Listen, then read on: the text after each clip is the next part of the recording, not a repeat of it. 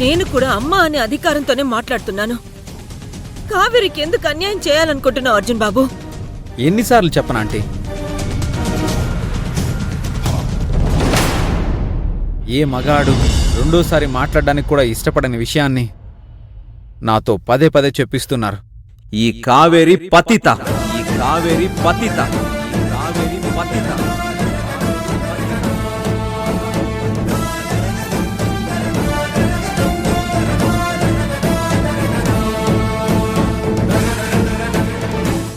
నేను తనతో కాపురం చేయలేను.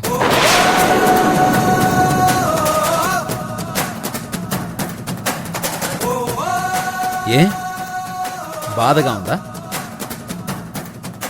నువ్వు చేసిన పనికి నాకు అలాగే ఉంది.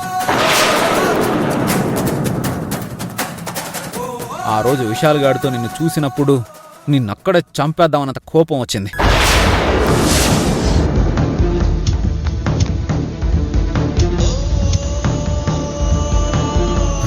కానీ మా అమ్మ నన్ను అలా పెంచలేదు. అందుకే నువ్వింకా బతికున్నావు. అర్జున్ బాబు, మీరు తాడును చూసి పామనుకుంటున్నారు. ఆ భ్రమలోనే మీరు బాధపడి నన్ను బాధ పెడుతున్నారు. ఎన్నిసార్లు ఇలా అబద్ధాలు చెప్తావు? ఇదంతా వినడానికి చాలా చిరాగ్గా ఉంది. దీనికంటే నువ్వంటే నాకు ఇష్టం లేదు, నేను విశాల్తోనే ఉంటాను అని చెప్పుంటే నీ నిజాయితీకి సంతోషించుండేవాణ్ణి.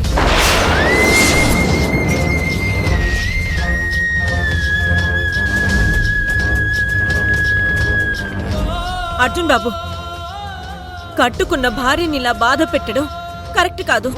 ఆంటీ, మీకందరికీ మోసం చేసిన ఆవిడ గారి బాధే కనబడుతుందేంటి? మోసపోయిన నా బాధ ఎందుకు కనబడడం లేదు? కొంచెం నిదానంగా ఆలోచిస్తే విషయం నీకే తెలుస్తుంది. కావేరి అలాంటిది కాదు అర్జున్ బాబు. మీరలా ఫిక్స్ అయ్యాక మీతో మాట్లాడడం అనవసరం. మీరింక బయలుదేరండి.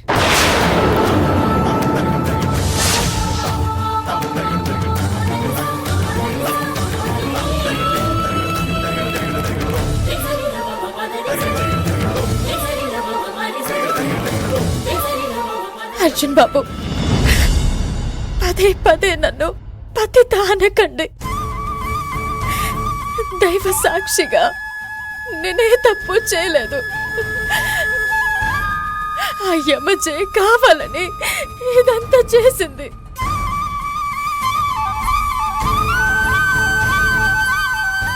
నేను మీ ప్రాణాలు రక్షించడానికి ఆరాట పడుతున్న సమయంలో విశాల్తో కలిసి కుట్రలు పన్నింది. అందులో నేను అమాయకంగా ఇరుక్కున్నాను. నన్ను నమ్మండి.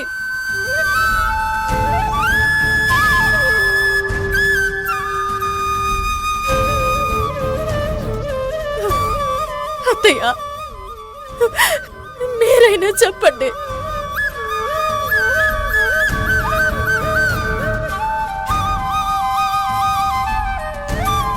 ఇంత చెప్పినా మీరు నన్ను నమ్మడం లేదు కదా? సరే,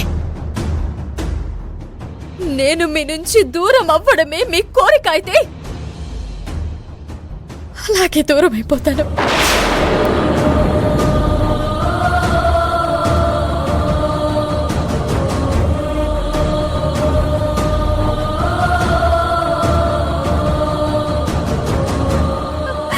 దూరం అయిపోతాను. బతకాకమ్మా. కావేరి, కావేరి ఆగమ్మా.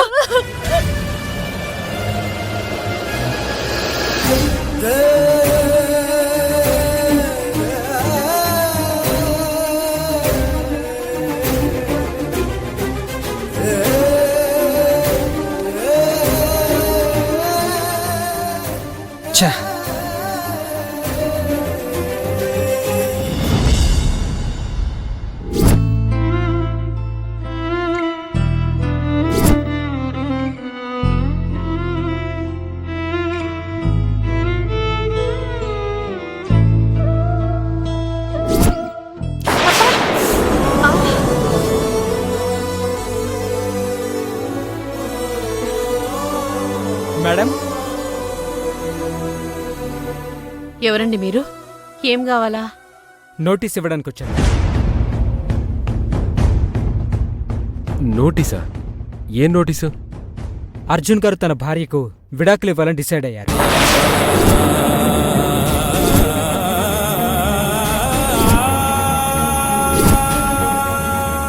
దానికి సంబంధించి నాతో విడాకుల నోటీస్ పంపించారు.